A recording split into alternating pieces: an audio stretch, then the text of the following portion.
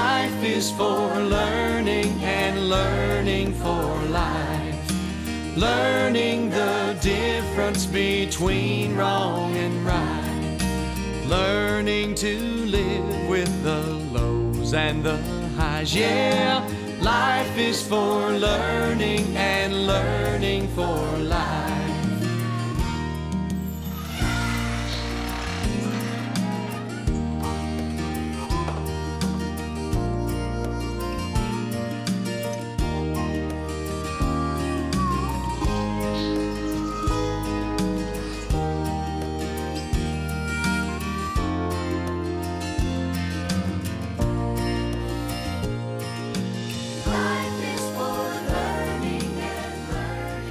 Hello, friends. I am so glad to see you, and I'm so glad you're with me today. We've got a great adventure planned. We're going out to see my friend, Mr. Mike, who's also a real cowboy, and he's going to show us all about how to build fence. And we're going to go visit a great musician who really knows how to blow a trumpet. But most important, I hope we're going to learn a lesson, and that lesson is that sometimes fences or walls need to come up, and sometimes fences or walls need to come down. But first, as always, we've got a few chores to do. Come on, go with me.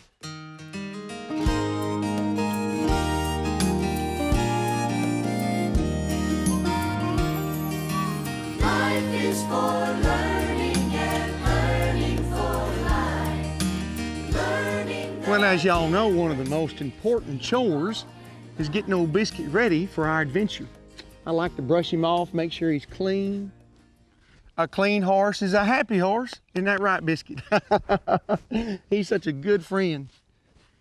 You know, I was sitting here thinking that I wanted to make sure that all my friends out there understood something very important. And it's this. There's a difference between true, real Bible stories and what we might call a myth or a nursery rhyme or a fairy tale. For instance, today we're talking about Joshua and the Battle of Jericho. It's a wonderful, true Bible story about God and His people and how He gave them the victory. But don't ever get that mixed up with things like nursery rhymes. I'll give you an example. Here's one. Humpty Dumpty sat on a wall. Humpty Dumpty had a great fall. You know how it goes, all the king's horses and all the king's men. Well, that's a fairy tale or a nursery rhyme.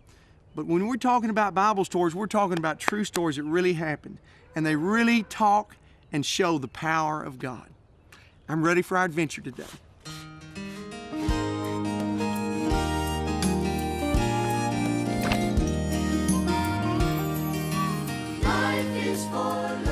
Well, y'all, we're all saddled up, cowboyed up, and ready to go. Let's go down and see my friend Justin Boyd. If you're ready to go with me, at the count of 3, give me a big old yee-haw! 1, 2, 3. Yeehaw! Life is for learning and learning for life.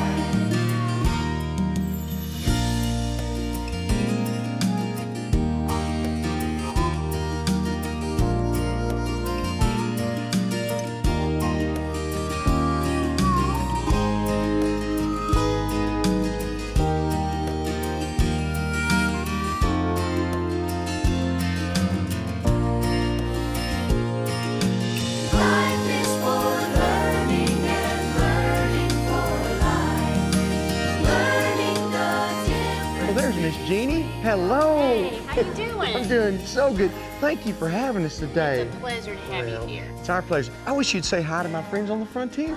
Hey, friends.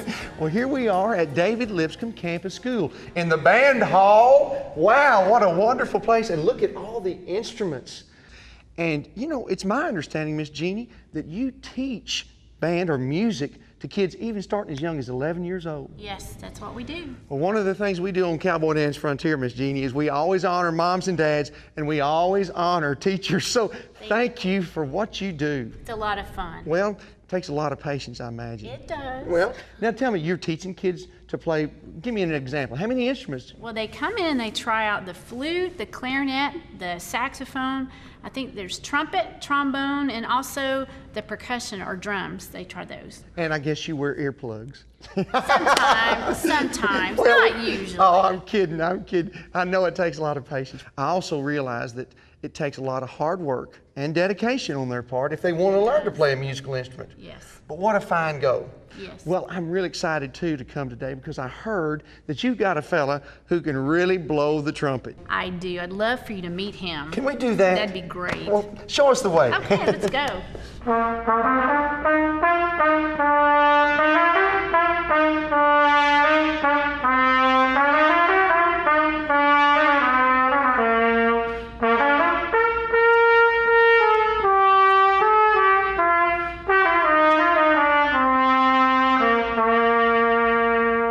Miss Jeannie, you weren't kidding. This fella really is talented. Hello there, I'm Cowboy Dan. I'm Justin. Well, boy, it's good to meet you. I'm wondering if we could sit down and visit with you a little bit. Oh, go ahead. Well, thank you. Well, I tell you what, we were excited to come today, Justin. I've been hearing lots of good things about you and your talent. You know, I know nothing about a trumpet. I know a little bit about a guitar, but I don't know anything about a trumpet. I wish you'd tell me a little bit about how this thing works. How do you blow the trumpet? All right. Well, you have to buzz your lips into the mouthpiece right here. Now, wait a minute. Buzz your lips. You know, you were telling me something about that, Miss Jeannie. Show me what that means. You would have to do this. Oh, wow. I'm not even going to try it. You'd have to put me on the clarinet, I'm afraid. So, well, okay, so you buzz your lips when you blow into that thing. Then the air goes down the pipes and it goes out through the bell. This is called a bell. Yes, sir. Okay, now, of course, everybody wants to do that, you know what I mean? Even when you're pretending with the air trumpet, you do that. What are those things called? These are called valves. You push different ones down and they make different notes, like this.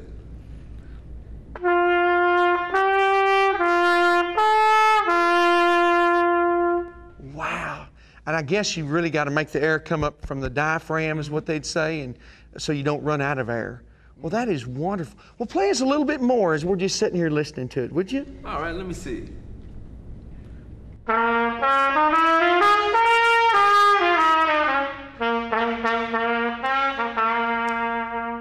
Oh, that's wonderful. That's great. You know what I was wanting to do maybe is, before we go, is maybe you and I could jam a little bit. All right. The guitar and the trumpet, what do you think? I like it. Well, we'll get that going here. Okay, Justin, yeehaw, it's time to jam. Here we go. I was thinking about an old cowboy tune. I know you'll love it. It goes like this. Whoopie-tie-yo, get along, little doggies. It's your misfortune and none of my own. Whoopie-tie. Wait. Hold on a second. Yeah. Sorry, but that's nice and all, but it's a little too old school. You got something else in mind? Yeah, I'll show you how to jam. Okay. Yeah.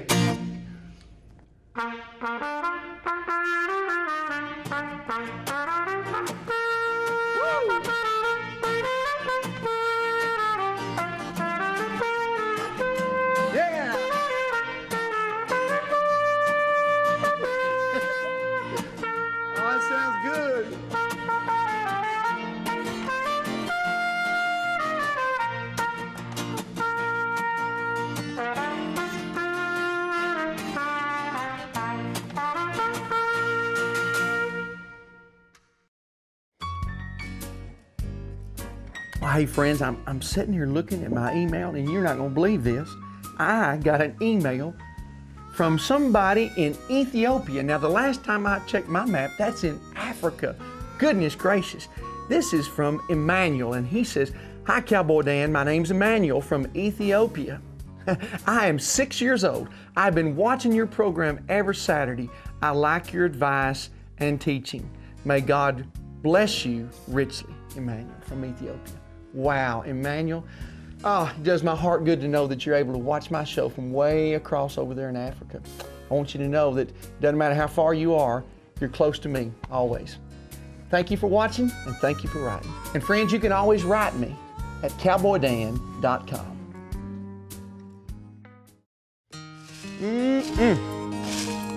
I love walking around do-wah-diddy this time of year. Whew. Sure is pretty in Doo-Wah Diddy. Hey, I'm glad you're with me because I wanted to show y'all something real special. It's this wall. This wall, some people call a slave wall. These walls were built by the African American slaves hundreds of years ago. And to think that they're still standing. Now, this is amazing. It shows their skill and their hard work. You see, they would plow a field and run into these rocks out there in the field, have to dig them up out of the ground. And boy, I want you to know, some of these old rocks are heavy. And then in the wintertime, when farming was a little bit slow, they would build these walls. Now, I want you to notice the way they're built. Some people call these dry stack because there's no cement and there's no mortar. You see, those slaves are so talented, they would find the right size rock and put it here, and then they might have to, I don't know, chip away at this one so it would fit in there. And this goes back really wide. And what's amazing, there's no cement, no mortar, nothing to hold this together except their skill. And they stacked one on top of the other just right. And to this day, hundreds of years later, it's still standing.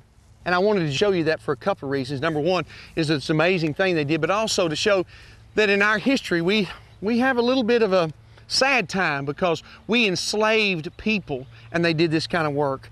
And this wall is not only a tribute to their talent, but it's also a reminder that some walls need to come down. So you see, this wall is really a history lesson. You know, that reminds me, I've been wanting to take my son, Hud Boy, down to the monument of the Battle of Nashville. That's a great history lesson too. Hey, would you come with us? You will? Great, come on, let's go.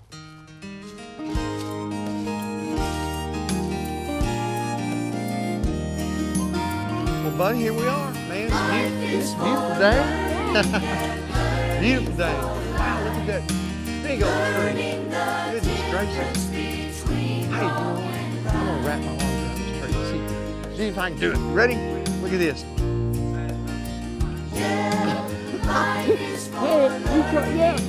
Hey, we're tree huggers.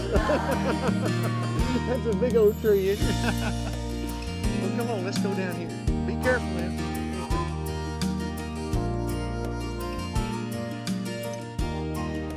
Well, Hud, here we are at the Battle of Nashville Monument. You know, this monument was set up to commemorate a terrible, terrible bloody war called the Civil War, or the war between the states. See, it was between the North and the South. This is where brother fought brother and father fought son, and oh, so much blood was shed.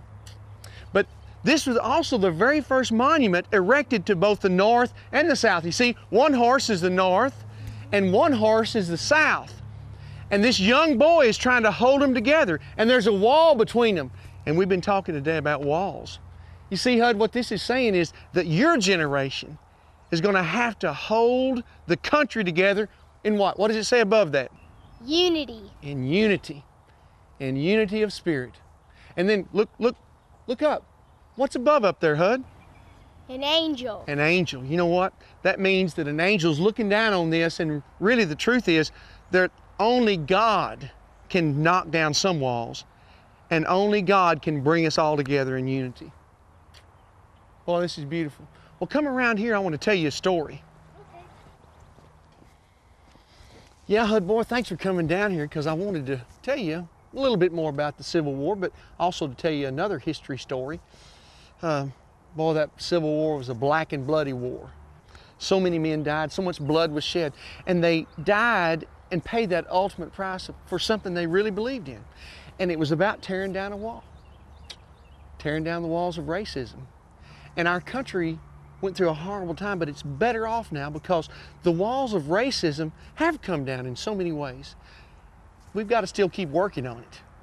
And that's the walls between black and white, between men and women, between young and old, and even between rich and poor. Those are all things that, walls that need to come down. I want to tell you another story that's a true story because it's in the Bible. And this is a story about Joshua. In fact, I remember an old song that I loved. It went something like this. Joshua fit the battle of Jericho. Come on. Jericho, Jericho, yeah. Joshua fit the battle of Jericho, and the walls came tumbling down. That's right. That's good. I love that old song. And you know, the story of Joshua is one of walls coming down, and God is the one who brought those walls down. You see, Joshua had taken over for Moses, and he was leading God's people into the land of Canaan. And they came to the great city of Jericho. It had huge wall around it. Oh, big, huge wall. And of course, the people were thinking, how are we going to defeat Jericho? And God said, you're not going to defeat them. I'm going to win the battle for you. And so here's what he told them. He said, here's what I want y'all to do. For 7 days, I want you to march around the city. Just walk around the city once for 7 days. And so every morning, the Israelites got up and they walked around the city of Jericho with the Ark of the Covenant in front. And then he said on the 7th day, here's what I want you to do. I want you to march 7 times around the city. And then I want the priest to blow the trumpets. And you just see what happens. Well, that's what they did. Can you imagine those people on the wall of Jericho looking out and saying, what are those crazy Israelites doing out there? But here they go, walking 7 times. And at the 7th time, the priest blew the trumpet. And guess what? The walls came tumbling down. And God won the victory for his people. And you see, that story is so important, Hud, because even today, there are some walls that only God can break down. Those walls between races, between gender, the wall between rich and poor. Hud, it's up to you and your generation to make sure those walls keep coming down. I'm so glad you're with me today. Let's go, come on. Life is for learning and learning for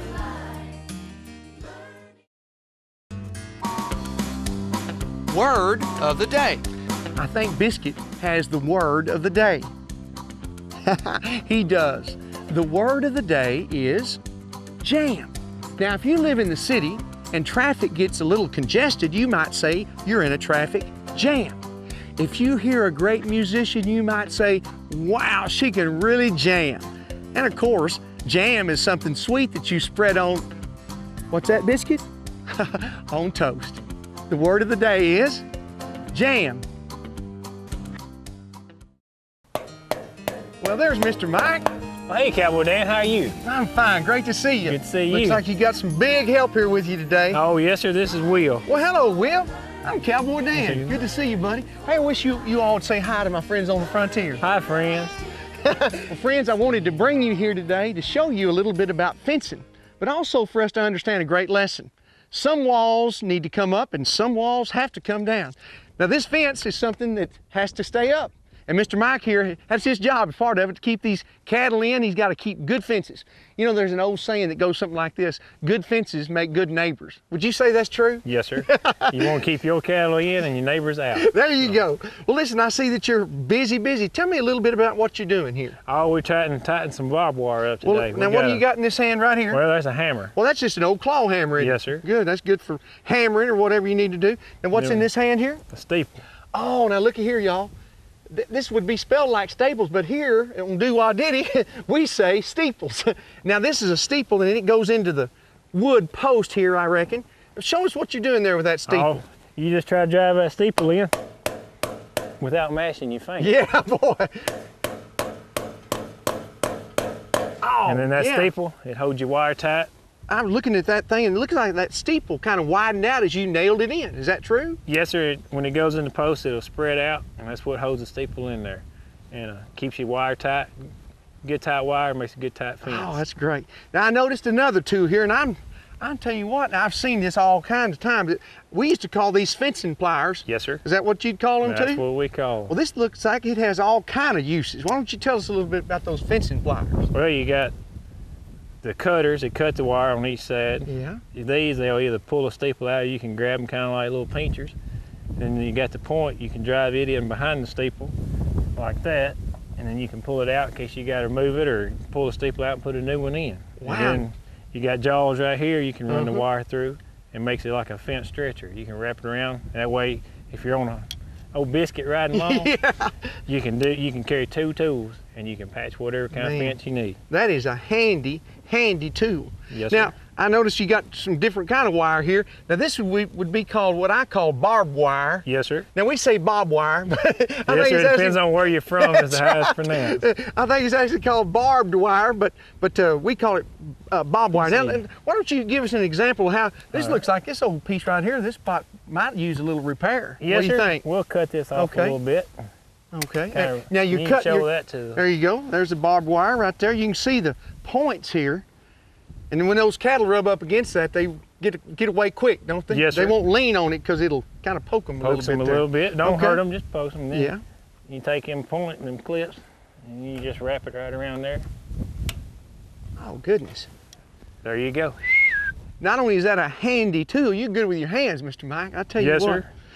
Well, friends, I wanted to tell you again that good fences make good neighbors. And I wanted you to learn a little bit about cowboying and a little bit about fencing, but also to learn a little bit about boundaries. You see, when you keep good boundaries, you can keep good relationships. And I tell you what, I feel like I got a good relationship with you, Yes, Mr. sir. Mike. Appreciate you.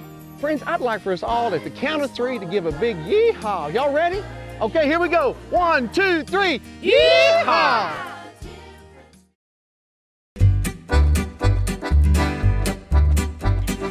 Well, hello, welcome to Cowboy Dan's Cowboy Corner. I got my friends the cows behind me. In this segment, I want to share with you some great old cowboy songs. I call them classics. You see, the cowboys wrote songs and sang songs about their everyday way of life. In this particular song, it's about cattle drives. They would take cattle in one state, like Texas, and drive the cattle all the way up to places like Wyoming. There's a word in this song that I want to explain to you. The word is dogie. Now, dogie is a little baby cow. We cowboys call them calves. And sometimes those little baby calves, well, sadly, sometimes their mothers would die, and they became orphan calves. And so instead of being able to drink milk from their mother, they had to start eating that green grass, and sometimes their bellies would swell up. And the cowboys used to call them dough guts, you know, kind of like the Pillsbury Doughboy.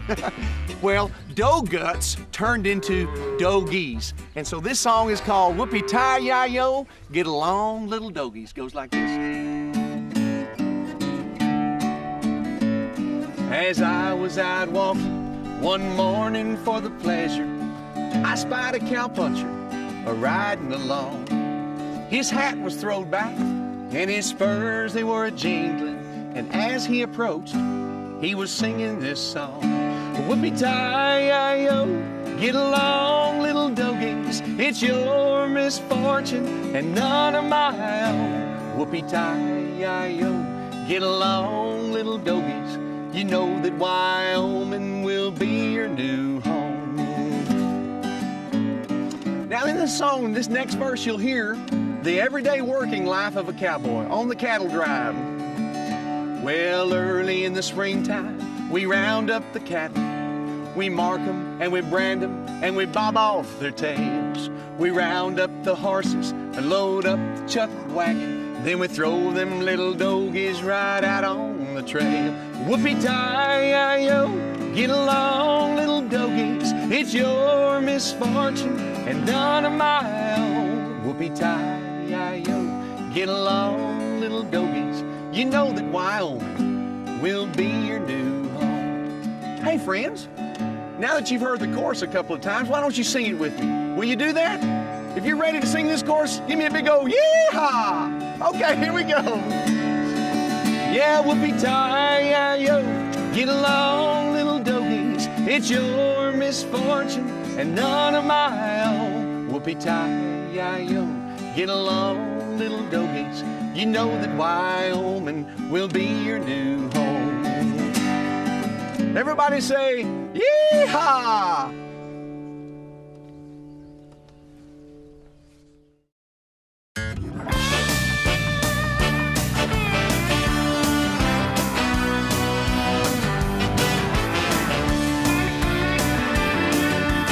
Joshua is a name you know.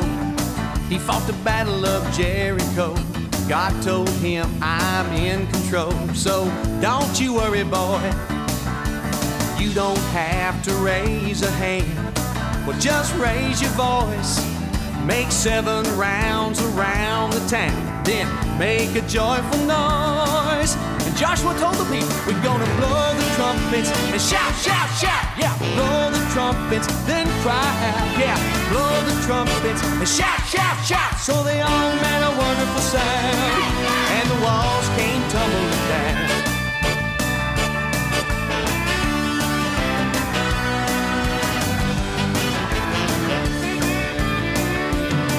There's a lesson here for you and me. God still gives the victory to anyone who will agree to trust in Him today. He can break down every wall that gets in our way. Then just like old Joshua, everyone can say, come on everybody, blow the trumpets and shout, shout, shout. Yeah, blow the trumpets, then cry out. Yeah, blow the trumpets and shout, shout, shout. So they all made a wonderful sound, and the walls came tumbling down.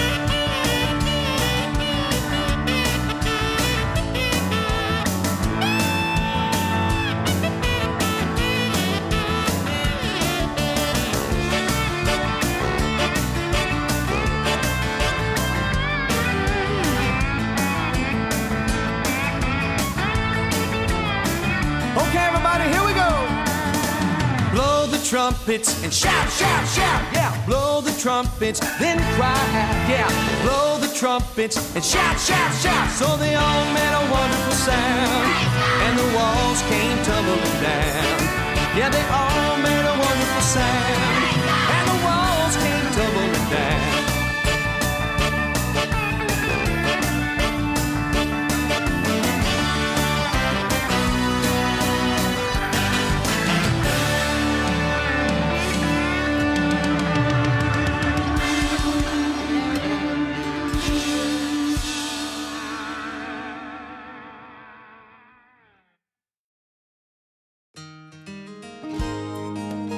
Oh, what a great day and what a great adventure.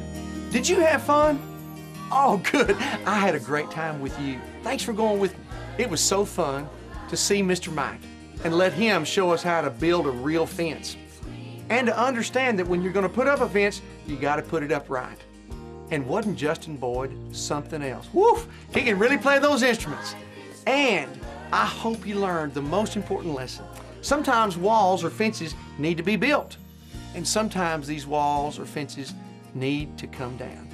And some of those walls that come between us, only God can bring down. And don't you forget, Cowboy Dan loves you.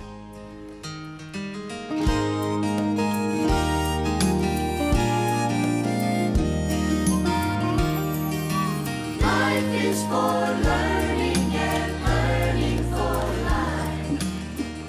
Hey, I've had a great time with you today. Let's do it again. Meet me on the porch next time, right here on Cowboy Dan's Frontier. Yeehaw!